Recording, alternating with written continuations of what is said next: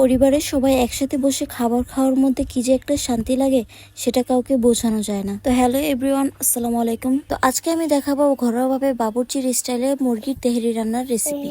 মাংসটা রান্না করতে গরম কড়াইতে তেল নিয়ে নিলাম। এর মধ্যে দিয়েছি পেঁয়াজ কুচি। পেঁয়াজগুলো হালকা একটু ভেজে নেওয়ার পর দিয়ে দিব আদা রসুন বাটা। এরপর দিয়ে দিচ্ছি জয়ফল, জয়ত্রী ও গোলমরিচ বাটা। এখন এই সবগুলোকে একটু ভালোভাবে ভেজে নিচ্ছি। এরপর দিয়ে দিচ্ছি লাল মরিচের গুঁড়া। এখন সবগুলো মশলা একসাথে কষিয়ে নিচ্ছি। এ পর্যায়ে দিয়ে দিব তেজপাতা, দারচিনি ও এলাচ। এরই সাথে কিছু কাঁচামরিচও দিয়ে দিলাম। এখন এই সবগুলোকে একসাথে মিশিয়ে একটু পানি দিয়ে দিব। পানিটা একটু শুকিয়ে আসলে রেডিমেড তেহারি মশলা দিয়ে দিব। মশলাটা কষানো হয়ে গেলে দিয়ে দিব মুরগির মাংস। হালকা একটু নেড়েচেড়ে মশলার সাথে মাংসটা মেশাচ্ছি। দিয়ে দিচ্ছি স্বাদমতো লবণ। এখন মাংসটাকে খুব ভালোভাবে কষিয়ে রান্না করে নিতে হবে। আজকের ভিডিওটা একটু বড় হয়েছে, এর কারণ আমি এখানে তেহারি রান্নার ফুল প্রক্রিয়াটা আজকে দেখাবো। তো ভিডিওটা অবশ্যই মনোযোগ সহকারে দেখবেন। কষানোর এক পর্যায়ে দিয়ে দিচ্ছি টক দই ও লেবুর রস। কারোর বাসায় যদি টক দই না থাকে তাহলে শুধু আপনারা লেবুর রসই ব্যবহার করতে পারবেন। এরই মাঝে দিয়ে দিচ্ছি টমেটো কেচাপ। আমি কিন্তু মাংসে এক্সট্রা কোনো পানি দিইনি। কষানোর সময় যতটুকু পানি উঠেছে তা দিয়ে মাংসটা সিদ্ধ করে নিয়েছি। এখন দিয়ে দিলাম অল্প একটু কেওড়া জল।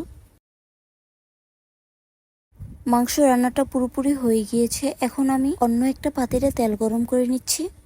এরপর বেরেস্তা করার জন্য পেঁয়াজ দিয়ে দিলাম। তা এখন বেরেস্তাটা হয়ে গিয়েছে, এখান থেকে আমি অর্ধেকটা উঠিয়ে নিচ্ছি। এখন আমি পোলার চালটা দিয়ে দিব। চালের সাথে কিন্তু আস্ত গরম মশলাও ছিল। পোলার চালগুলোকে একটু ভালোভাবে নেড়েচেড়ে ভেজে নিতে হবে। ভাজা হয়ে গেলে দিয়ে দিচ্ছি গরম পানি। আমি এখানে 1 কেজি চালে 1.5 কেজি পানি দিয়েছি। আরো দিয়ে দেবো স্বাদমতো লবণ। এখন চালটাকে হালকা একটু নেড়েচেড়ে একটা ঢাকনা দিয়ে ঢেকে দেব। তো 5 মিনিট পর ঢাকনাটাকে উঠিয়ে নিলাম। এখন দিয়ে দিচ্ছি কাঁচামরিচ ও গুঁড়া দুধ। দুধগুলোকে একটু পানির সাথে নেড়েচেড়ে ভালোভাবে মিশিয়ে নিতে হবে। পানিটা হালকা শুকিয়ে আসলে দিয়ে দিব ঘি এবং অল্প একটু কেওড়া জল। এখন নেড়েচেড়ে সবকিছু একসাথে মিশিয়ে নিতে হবে।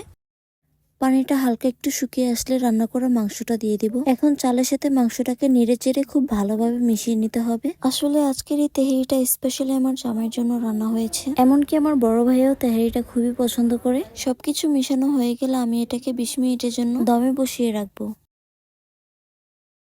তো ফাইনালি রান্নাটা কমপ্লিট হয়ে গিয়েছে। সত্যি বলতে এডিট করার সময় আমার আবারও এই তেহারিটা খেতে ইচ্ছে করছে। আপনাদের কার কার কাছে তেহারি পছন্দ অবশ্যই কমেন্ট করে জানাবেন। আর ভিডিওটা পুরো দেখার জন্য ধন্যবাদ সবাইকে।